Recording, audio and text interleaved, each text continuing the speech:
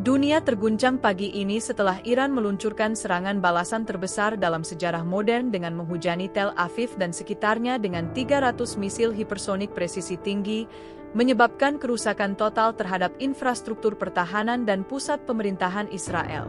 Ini adalah respons terhadap serangkaian eskalasi militer yang memuncak dalam beberapa pekan terakhir, dan kini menyulut kekhawatiran serius akan pecahnya Perang Dunia Ketiga. Langit di atas Tel Aviv malam itu begitu tenang, seakan tidak tahu bahwa dunia sedang berjalan di atas kawat tipis yang tegang. Di sepanjang pantai, lampu-lampu kafe berpendar hangat, anak-anak bermain, dan para wisatawan menikmati keindahan kota yang dikenal dengan inovasi dan semangatnya. Namun jauh di balik senyum itu, sebuah bayangan sedang tumbuh, diam-diam, cepat, dan tak terbendung. Beberapa jam sebelumnya, satelit intelijen Amerika mendeteksi pergerakan tak biasa di gurun tengah Iran.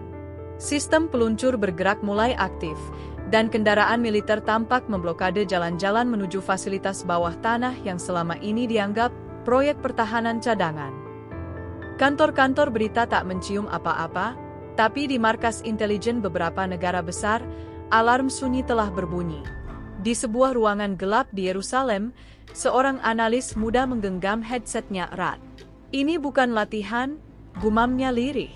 Sejak awal tahun, hubungan antara Iran dan Israel berada di titik paling rapuh dalam dekade terakhir. Saling tuduh, peretasan sistem, dan manuver bayangan menjadi makanan sehari-hari. Dunia hanya menonton, berharap semuanya tetap terbatas pada retorika. Tapi harapan adalah mata uang yang cepat kehilangan nilai di kawasan ini. Perdana Menteri Israel baru saja menyelesaikan pidatonya di depan parlemen, mengumumkan kesiagaan nasional, tanpa memberikan detail lebih lanjut. Kamera-kamera televisi menyorot wajahnya yang tegang, dan dunia menyaksikan, tanpa benar-benar mengerti apa yang sedang dikorbankan demi menjaga ilusi stabilitas. Di balik panggung, para penasihat militer berbisik tentang kemungkinan skenario yang belum pernah terjadi sejak tahun 1973. Sementara itu di Teheran, Aula Syura dipenuhi bisikan dan ketukan pena. Pemimpin tertinggi telah menggelar pertemuan tertutup dengan Komandan Pasukan Dirgantara. Tidak ada pernyataan resmi, hanya satu kalimat yang bocor ke dunia. "Jika tanah kami disentuh, kita akan bicara dengan bahasa langit." Kalimat itu bergaung di ruang redaksi media-media dunia, tapi belum ada yang menyadari bahwa maknanya jauh lebih harfiah dari yang dikira. Dari Tokyo hingga Washington, para pemimpin negara mulai menanyakan hal yang sama. Apakah ini hanya gertakan? Namun waktu untuk bertanya hampir habis. Di medan politik global yang dipenuhi kepentingan tumpang tindih, tidak ada ruang untuk ragu. Dan di Timur Tengah, satu malam saja cukup untuk mengubah peta kekuasaan seluruh dunia. Di Tel Aviv, seorang jurnalis senior, Leah Abram, sedang menulis artikel opini yang tak pernah sempat dipublikasikan. Judulnya, "Ketika Langit Tidak Lagi Biru." Ia menatap layar laptopnya, merasakan kegelisahan yang tak bisa dijelaskan. Instingnya, yang telah ia asah selama 3 dekade meliput krisis, kembali menyala. Tapi belum sempat ia menyimpannya, listrik di apartemennya padam. Untuk sesaat, hanya kesunyian dan denting jam dinding yang terdengar. Malam itu berakhir dengan sepi yang ganjil. Tidak ada ledakan, tidak ada sirene. Tapi di balik batas cakrawala, sesuatu sedang bergerak. Pelan, tak terdengar, namun pasti. Dunia belum tahu bahwa ini adalah malam terakhir sebelum badai. Dan ketika cahaya fajar menyingsing keesokan harinya, langit tidak lagi sama. Pukul 3.47 dini hari, langit Tel Aviv retak oleh cahaya tak biasa. Bukan matahari, bukan petir, tapi kilatan panjang yang membelah langit seperti goresan tajam di kanvas malam. Warga yang masih terjaga mengira itu fenomena alam, hingga beberapa detik kemudian bumi bergetar dengan cara yang belum pernah mereka rasakan sebelumnya. Getaran itu bukan gempa, tapi seperti dentuman raksasa dari dalam tanah dan udara sekaligus. 3 menit setelah kilatan pertama, sirene baru mulai meraung. Tapi sudah terlambat. Sistem peringatan dini yang selama ini dibanggakan tidak dibuat untuk menghadapi sesuatu secepat ini. Misil-misil hipersonik, meluncur dengan kecepatan melebihi 10 kali kecepatan suara, menembus langit Israel tanpa bisa dicegat. Sistem pertahanan Iron Dome hanya mampu menangani sebagian kecil, selebihnya jatuh tanpa hambatan. Ledakan pertama menghantam kawasan militer Ramat Hashem. Ledakan kedua menghancurkan sebagian fasilitas listrik nasional. Dalam 10 menit, jaringan komunikasi di Tel Aviv, Yerusalem, dan Haifa lenyap. Internet mati. Telepon seluler menjadi benda tak berguna. Orang-orang terdiam di lorong apartemen, memeluk anak-anak mereka, tanpa tahu apa yang sebenarnya sedang terjadi. Di ruang kontrol pertahanan utama Israel, situasinya tidak lebih baik. Layar-layar pemantau mati. Saluran komunikasi dengan unit militer terputus. Beberapa petugas mencoba mengaktifkan protokol darurat, tapi server utama sudah lumpuh. Salah satu komandan hanya bisa berteriak, "Kita buta. Kita benar-benar buta." Leah Abram, jurnalis yang semalam merasakan firasat buruk, kini berdiri di balkon apartemennya yang menghadap pusat kota. Api membumbung dari kejauhan, dan suara ambulans terdengar bersahutan. Di kegelapan, warga mulai membanjiri jalan-jalan, beberapa tanpa alas kaki, hanya membawa tas kecil dan anak-anak dalam gendongan. Wajah-wajah panik, namun tak tahu kemana harus pergi. Di antara kehancuran, satu fakta mulai menyebar dari mulut ke mulut. 300 misil. Tidak ada yang bisa memastikan asal mula informasi itu, tapi angka itu terus diulang, dari seorang tentara yang terluka, dari penyiar radio lokal yang hanya sempat mengudara selama 2 menit sebelum stasiun dibom. 300, angka yang membuat orang terdiam, bukan karena besarnya, tapi karena artinya. Ini bukan peringatan. Ini pemusnahan sistematis. Sementara itu di Teheran, media nasional mengabarkan respons strategis terhadap pelanggaran wilayah. Tapi tidak ada perayaan. Tidak ada sorakan. Hanya siaran singkat, wajah dingin seorang juru bicara militer, dan kalimat yang tak akan dilupakan oleh generasi dunia. Kami telah menjawab. Kami tidak akan bicara 2 kali. Pemerintah Israel segera mengaktifkan bunker Negev, tempat perlindungan terakhir yang dirancang untuk situasi terburuk. Perdana Menteri dibawa masuk melalui rute darurat, sementara menteri-menteri lainnya tersebar. Tidak ada pertemuan kabinet. Tidak ada pengarahan resmi. Hanya satu pesan radio yang berhasil disiarkan sebelum jaringan nasional padam. Tetaplah bertahan. Kami belum selesai. Namun bagi banyak orang di Tel Aviv, yang melihat rumah mereka berubah menjadi puing dalam 1 malam, kata-kata itu terdengar kosong. Ketika matahari mulai naik perlahan di ufuk timur, ia tidak menyinari kota yang terbangun. Ia menyinari kota yang jatuh. Kota yang hingga kemarin penuh kehidupan, kini diam, berasap, dan memerah dalam keheningan pagi yang tak diinginkan. Dan di balik cakrawala, dunia mulai sadar bahwa yang baru saja terjadi bukan hanya babak baru dari konflik lama. Ini adalah titik balik. Sesuatu telah berubah secara permanen. Dan pertanyaannya bukan lagi, apa yang akan dilakukan Israel? Tapi, siapa yang akan menjadi berikutnya? Ketika cahaya pagi menyinari puing-puing kota yang hancur, dunia baru mulai membuka matanya. Di New York, para penyiar berita siaran pagi mendadak membeku di depan layar monitor saat tayangan drone pertama dari kawasan Tel Aviv muncul. Tanpa suara, tanpa penjelasan, hanya gambar kota metropolitan yang kini berubah menjadi siluet gelap dan asap menjulang ke langit.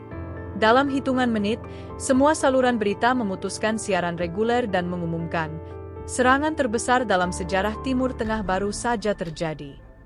Di markas besar PBB, sirene internal berbunyi untuk pertama kalinya sejak insiden global 1 dekade lalu. Delegasi-delegasi negara adidaya dipanggil dalam keadaan darurat, beberapa masih mengenakan jas tidur. Pertemuan tertutup dimulai dengan satu pertanyaan sederhana dari Sekjen PBB. Apakah ini awal dari sesuatu yang lebih besar, atau hanya puncak terakhir sebelum jatuh? Washington menyalahkan Teheran secara terbuka. Presiden Amerika Serikat muncul di podium Gedung Putih dengan wajah muram, menyebut tindakan Iran sebagai serangan terhadap stabilitas internasional. Armada ke-6 di Mediterania diperintahkan mendekat, dan pesawat-pesawat tempur disiagakan di pangkalan AS di Siprus dan Qatar. Namun di balik layar, para penasihat presiden berbisik tentang dilema besar, jika Israel jatuh, apa dampaknya bagi seluruh aliansi Barat? Di Moskow, respons berbeda. Juru bicara Kementerian Luar Negeri Rusia menyebut serangan tersebut sebagai reaksi militer terhadap provokasi strategis yang berlangsung bertahun-tahun. Presiden Rusia meminta semua pihak untuk tidak terburu-buru mengambil keputusan militer, namun secara diam-diam meningkatkan status kesiagaan pasukan rudal strategisnya. Dunia merasa deja vu, bayang-bayang perang dingin kembali muncul, kali ini dengan nuansa Timur Tengah. Beijing menyampaikan keprihatinan dan menyerukan dialog damai. Tapi banyak pihak menyadari bahwa China sedang melakukan manuver diam-diam di Dewan Keamanan, mencoba memposisikan dirinya sebagai pihak penengah. Di saat semua mata tertuju pada Israel dan Iran, Beijing melihat peluang menjadi penentu arah baru dalam tatanan dunia yang kini berguncang. Sementara itu, di Berlin dan Paris, masyarakat memenuhi jalan-jalan, bukan untuk demonstrasi, tapi karena kepanikan. Pembelian kebutuhan pokok melonjak. Antrian di SPBU mengular. Kata Perang Dunia Ketiga mulai muncul di layar ponsel, meme, dan siaran langsung. Meski tak ada bom yang jatuh di Eropa, ketakutan sudah lebih dulu menembus batas benua. Media sosial meledak. Tagar Tel Aviv False, 300 misiles, dan WW3 warning mendominasi tren global. Namun di tengah hiruk-pikuk digital, muncul juga rekaman-rekaman yang mengguncang nurani. Anak-anak mencari orang tua mereka di reruntuhan, relawan asing yang menangis saat membawa korban keluar dari tumpukan beton, dan seorang tentara muda Israel yang berkata lirih pada kamera, "Kami tak sangka dunia akan diam." Di ruang bawah tanah bunker Negev, Perdana Menteri Israel menerima laporan terakhir dari sisa struktur komando yang masih berfungsi. Kita telah kehilangan 70% dari kemampuan pertahanan aktif, ujar seorang perwira dengan suara gemetar.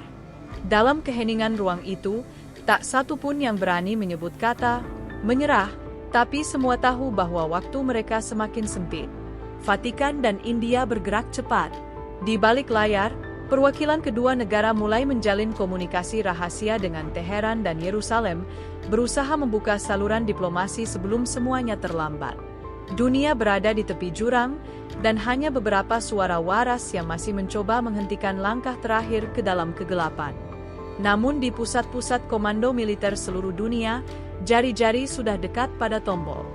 Armada bergerak, langit penuh dengan satelit aktif, dan perintah siaga penuh telah dikirimkan ke pangkalan-pangkalan strategis. Dunia telah terguncang. Tapi yang paling menakutkan bukanlah kehancuran yang sudah terjadi, melainkan apa yang masih mungkin datang. Bunker Negev kini menjadi pusat pemerintahan terakhir Israel.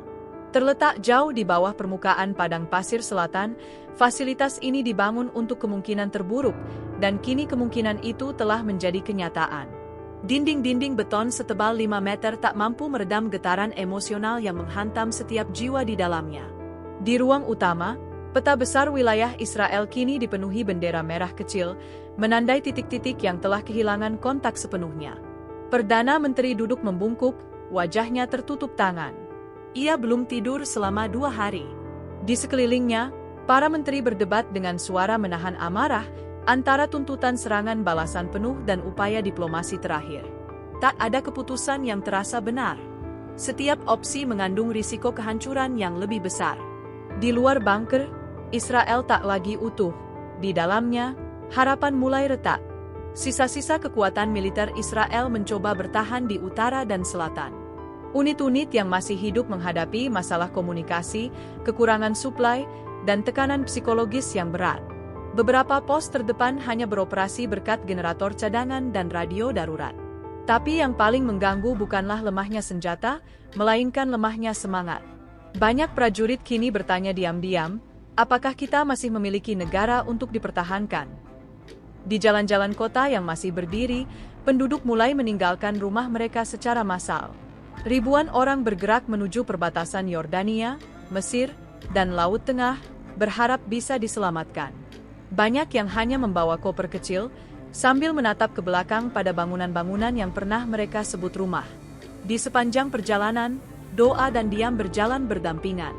Dalam ruang gelap di bunker, seorang perwira senior mengangkat opsi terakhir, senjata strategis dengan daya hancur besar yang selama ini hanya disebut dalam simulasi. Jika kita tidak menunjukkan bahwa kita masih bisa menggigit, katanya lirih, mereka akan menginjak kita sepenuhnya. Ucapan itu membuat ruangan membeku. Tak ada yang menanggapi, tapi semua tahu apa maksudnya.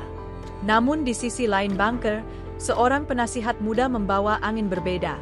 Ia menunjukkan pesan terenkripsi dari Vatikan dan Delhi, tawaran mediasi untuk menghentikan serangan dan membuka pintu gencatan senjata. Mereka bersedia menjamin keselamatan penduduk sipil dan membawa proposal zona demilitarisasi, katanya cepat. Tapi kita harus berhenti sekarang juga. Sebelum fajar esok hari. Perdana Menteri menatap dua jalan di hadapannya, satu menuju balas dendam tanpa jaminan kemenangan, satu lagi menuju perdamaian tanpa jaminan kehormatan. Keputusannya bukan hanya soal strategi, ini tentang sejarah, tentang masa depan yang mungkin tak sempat datang. Di dadanya, berkecamuk pertanyaan yang tak pernah ia bayangkan harus dijawab. Apakah sebuah negara bisa bertahan tanpa kemenangan? Di luar, senja perlahan tiba di atas tanah yang terbakar. Langit berwarna jingga, seakan menangis pelan untuk apa yang telah hilang. Sebuah helikopter evakuasi terakhir lepas landas dari Yerusalem yang nyaris sunyi, membawa anak-anak terluka ke arah barat. Pilotnya menangis dalam diam, sambil menatap ke bawah pada kota yang dahulu berdengung dengan doa dan kehidupan, kini seperti hening di akhir zaman. Saat malam kembali menutup langit Timur Tengah, dan dunia menanti napas terakhir dari krisis yang belum selesai, satu pesan disiarkan dalam kode Morse oleh stasiun radio lapangan Israel yang masih bertahan. Kami belum menyerah. Tapi kami sedang memilih bagaimana untuk tetap hidup. Sebuah kalimat yang menggantung di udara dunia, menunggu jawabannya, dengan damai atau dengan nyala api. Malam terakhir terasa seperti dunia menahan napas. Tidak ada jet yang terbang. Tidak ada roket yang diluncurkan. Tidak ada pernyataan baru dari para pemimpin dunia. Hanya diam, panjang dan mencekam, seolah seluruh planet ini menunggu seseorang untuk memecahkan ketegangan itu, baik dengan satu kata damai, atau satu letupan yang akan mengubah segalanya. Di bunker Negev, lampu-lampu redup menyoroti wajah-wajah yang kelelahan.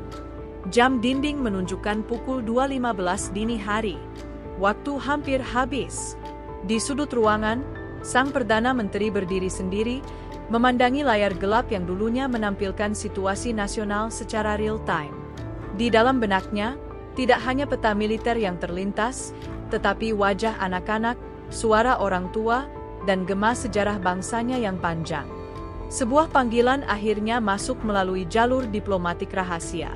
Suara lembut dari utusan Vatikan menyampaikan satu kalimat sederhana, mereka siap bicara. Tapi hanya jika serangan dibatalkan dalam 30 menit ke depan. Sebuah batas waktu muncul seperti pisau di tenggorokan. Di satu sisi, ada harga diri, di sisi lain, ada sisa-sisa kehidupan. Sementara itu, di Teheran, ruang kendali tertinggi tetap sunyi. Para komandan tidak merayakan. Mereka tahu, apapun yang terjadi setelah ini, dunia tidak akan sama. Seorang jenderal senior hanya berkata lirih pada bawahannya, kami menunjukkan bahwa kami bisa. Tapi apa yang terjadi jika semua orang juga ingin membuktikan hal yang sama? Dewan Keamanan PBB dalam sesi darurat tanpa jeda. 5 negara besar berdiri pada garis berbeda. Ketegangan nyaris meledak ketika satelit mata-mata menangkap pergerakan kapal selam nuklir di Samudra Hindia. Namun seorang diplomat muda dari negara kecil tiba-tiba berdiri dan berkata, jika kalian para raksasa tidak bisa bicara, biarkan kami yang kecil bicara untuk menyelamatkan dunia ini. Ucapannya viral dalam hitungan menit. Di Yerusalem yang nyaris sunyi, sebuah gereja tua dibuka kembali oleh seorang pendeta lanjut usia. Ia membunyikan lonceng, bukan untuk perayaan, tapi sebagai simbol harapan. Orang-orang berdatangan, bukan sebagai umat satu agama, tapi sebagai manusia. Di dalamnya, doa dari berbagai bahasa dan latar belakang terdengar bersama. Mereka memohon satu hal, jangan lanjutkan ini. Pukul 3.39, keputusan dibuat. Israel mengirimkan satu sinyal terakhir melalui jaringan internasional. Kami memilih bertahan. Kami memilih hidup. Sinyal itu diterima di pusat-pusat militer dunia, dan dalam hitungan menit, sistem peluncuran yang telah disiapkan diturunkan kembali ke mode siaga. Beberapa jenderal menghela napas lega. Yang lain hanya menunduk, menyadari betapa dekatnya dunia dari kehancuran total. Di Teheran, balasan datang 2 menit kemudian. Kami mendengar. Kami menghentikan. Dunia, untuk pertama kalinya dalam seminggu penuh ketakutan, bisa merasakan apa itu kelegaan. Tidak ada parade, tidak ada tepuk tangan. Hanya keheningan panjang yang terasa berbeda, bukan karena ancaman, tapi karena selamat. Pagi hari itu, matahari kembali terbit di atas Timur Tengah, menyinari reruntuhan, luka, dan kehilangan. Tapi juga menyinari sesuatu yang lebih langka, kesempatan kedua. Kota-kota perlahan bangun, bukan dalam kebahagiaan, tapi dalam diam yang penuh makna. Mereka yang masih hidup menatap langit dan tahu, badai belum berlalu, tapi mereka berhasil melewati malam tergelap. Dan sejarah pun mencatat hari itu bukan sebagai awal Perang Dunia Ketiga, tapi sebagai hari ketika dunia nyaris tenggelam, namun memilih untuk kembali berdiri. Tidak dengan kemenangan, tapi dengan keberanian untuk tidak melangkah lebih jauh ke jurang. Sebuah senyap yang menyelamatkan dunia dari badai yang hampir datang. Kita hidup di zaman ketika satu keputusan bisa menentukan nasib jutaan jiwa. Dalam kisah ini, dunia berdiri di ambang kehancuran dan memutuskan untuk mundur. Bukan karena takut, tapi karena sadar, tidak semua kekuatan harus dibuktikan dengan api. Terkadang, kekuatan sejati adalah saat manusia memilih untuk menahan diri ketika balas dendam sudah di tangan. Apa yang baru saja kita saksikan bukan hanya peristiwa besar, tapi juga pengingat bahwa dunia modern rapuh, dan kedamaian bukan sesuatu yang bisa dianggap pasti. Ia harus diperjuangkan, dijaga, dan dipilih setiap hari. Jika cerita ini membuka mata atau menimbulkan pertanyaan dalam benakmu, bantu kami menyebarkannya lebih luas. Klik tombol like, tuliskan pendapatmu di kolom komentar, dan jangan lupa subscribe untuk terus mendapatkan konten berkualitas dan penuh makna seperti ini. Kami percaya, setiap penonton bukan hanya saksi, tapi juga bagian dari suara dunia yang ingin tetap waras di tengah gejolak.